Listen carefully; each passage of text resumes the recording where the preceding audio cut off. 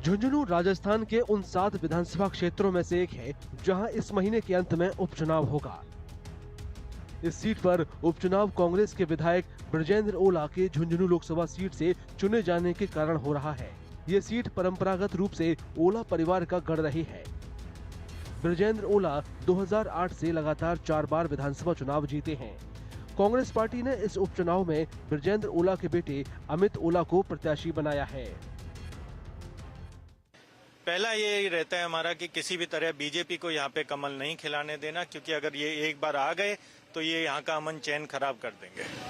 Sir मुद्दे क्या कुछ रहेंगे, क्योंकि उधर अपन तो एक ही मुद्दा लेके चलते हैं सदैव, और वो है झुंझुनू का विकास, विकास और विकास। हमने ही किया है, हम ही करेंगे आगे। केवल कांग्रेस पार्टी विकास के मुद्दे पे चुनाव लड़ रही है। अमित ओला के लिए प्रचार कर रहे पिता ब्रजेंद्र ओला क्षेत्र में अग्निवीरों और किसानों के मुद्दे उठा रहे हैं। उन्होंने लोकसभा चुनाव के दौरान भी ये दोनों मुद्दे उठाए थे। अग्निवीर का सबसे बड़ा मुद्दा है, हमारे एमएसपी सबसे बड़ा मुद्दा है। यहाँ ग्राउंड वाटर बिल्कुल सूख गया, हम बरसाती खेती पर निर्भर हैं, तो यही सब मुद्दे हैं। किसान की आय बढ़े, सेना में हमारे रेगुलर सेना की भर्ती हो, और हमारे जो विकास के मुद्दे हैं जिस पर इस सरकार ने 9-10 महीने में एक नया पैसा यहाँ खर्च नहीं किया। अलबत्ता हमारी कांग्रेस सरकार ने जो काम मंजूर किए थे उनको भी रोक के रखा हुआ। झुंझुनू में कांग्रेस प्रत्याशी अमित ओला के खिलाफ बीजेपी के राजेंद्र भांभू मैदान में हैं। पिछले विधानसभा चुनाव में पार्टी ने उन्हें टिकट नहीं दिया था, जिसके बाद वो निर्दलीय चुनावी मैदान में उतरे और तीसरे नंबर पर थे। अब बीजेपी प्रत्याशी के रूप में लड़ते हुए भांभू को भरोसा है कि वो झुंझुनू में ओला परिवार की पकड़ को तोड़ने में कामयाब होंगे। ओला परिवार ने 26वीं बार चुनाव में वोट मांग रहे हैं। जनता ने मन बना लिया है कि जो उनके परिवार विशेष की जो यहाँ दास्तान थी उसको समाप्त करने का मन बना लिया। क्यों?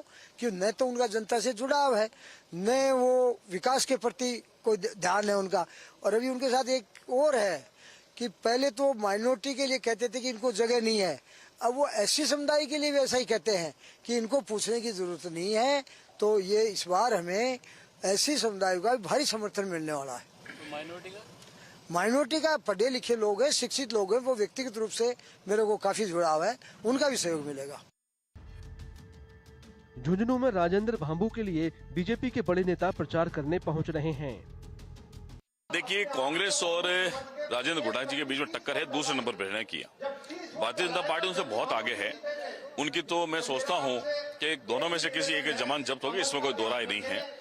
बड़े मार्जिन से हम लोग आगे बढ़ रहे हैं और लोगों का विश्वास जो है भारतीय जनता पार्टी के साथ जुड़ा हुआ है। इस बार बिना किसी बहकाव में आकर, परिवारवाद को ठोकर मारकर, तुष्टीकरण को ठोकर मारकर सब लोग राष्ट्रवाद के साथ में, विकास के साथ में और मुख्यमंत्री के विजन के साथ में इस बार झुंझुनू की जनता खड़ी है। कांग्रेस और बीजेपी के अलावा झुंझुनू विधानसभा सीट से इस बार निर्दलीय प्रत्याशी राजेंद्र गुड़ा के उतरने से चुनावी लड़ाई और भी ज्यादा दिलचस्प हो गई है। गुड़ा अशोक गहलोत सरकार में मंत्री भी रह चुके हैं।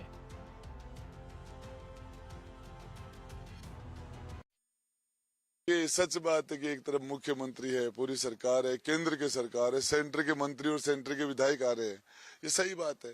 दूसरी तरफ पूरी पार्टी लगी हुई है, पूरा परिवारवाद है, लेकिन इसके बाद में राजेंद्र गुड़ा 36 कौम के जो संघर्ष है मेरा, उसके दम पर मैं चुनाव जीत रहा हूँ। झुंझुनू विधानसभा उपचुनाव के लिए 13 नवंबर को वोटिंग होनी है और नतीजे